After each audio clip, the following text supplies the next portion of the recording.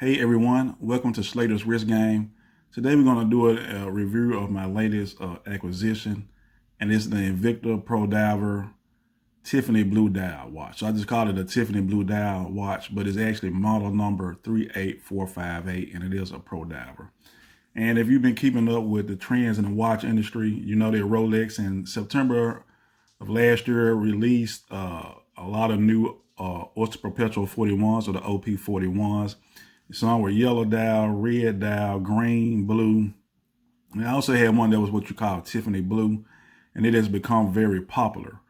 And earlier this month, there was also a watch that was released by Patek, the Patek Philippe 5711 with a Tiffany Blue Dial. It was actually a joint venture with Tiffany that actually sold for millions of dollars at an auction.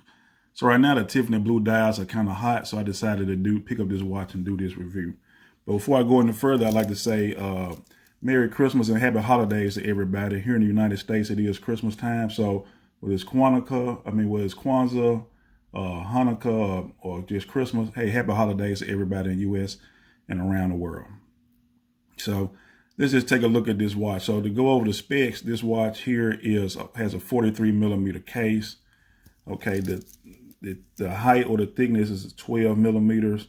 And the lug on this one is 53 and a half. And you can see that this case is curved down. I always like to see a case that is curved like that. It really conforms to your wrist. And the lug width, which is the space between the lugs, is 22 millimeters. And it actually tapers down to about 19.5 millimeters at the clasp. But I do like the specs for this particular watch. When you look at the dial, it is what I call a Tiffany Blue Dial. It has stick hour markers, and you got double hour markers at the 3, 6, 9, and 12. You also have a date window at the 3 o'clock, and it looks like it is magnified, so that is great. This watch has a smooth bezel and is a fixed bezel, so it almost kind of looks just like the Oyster Perpetual. This watch here has a crown, which is a push-pull crown, and it is a signed crown. And on the sides here, this watch here has a high polish finish on the side. So there's a lot of high polish finish like around the bezel and on both sides. You can almost see the reflection in the side. So very high polish. All right, and the bracelet, it has a high polish center link and more of a satin finish on the outer links. And when you go down, like I said, it tapers from like 22 at the top to like 19.5 at the clasp. And this clasp is signed with the Invicta logo. All right, when you also look at this watch here, the bracelet does have like the push pins, not screws, but push pins, but at $60, not a big deal. But I do like, you do see some divers extensions. You see like at least 4 spots for the to move the watch, to adjust the watch. So you do have a divers extension, which is good. Really like that.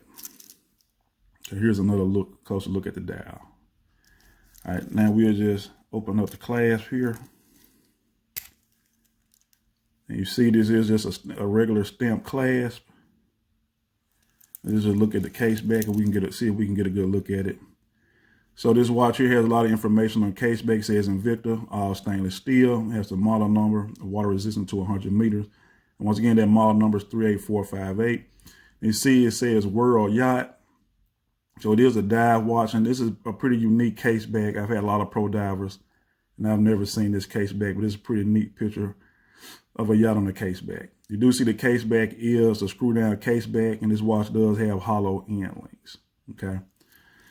So what I think about this watch overall, well, the pros, you get the look of a more expensive watch.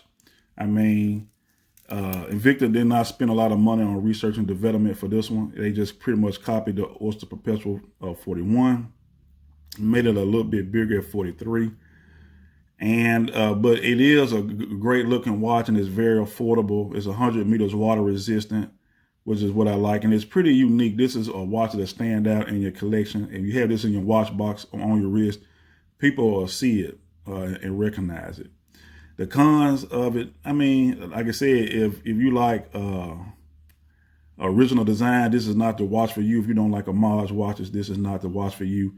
There's really not a lot of negatives, you know.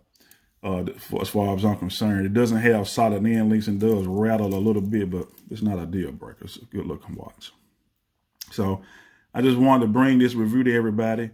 Please, thanks for watching. Please like, comment, and subscribe. And I hope everybody enjoy your holidays, okay? Thanks, and I look forward to bringing you another video.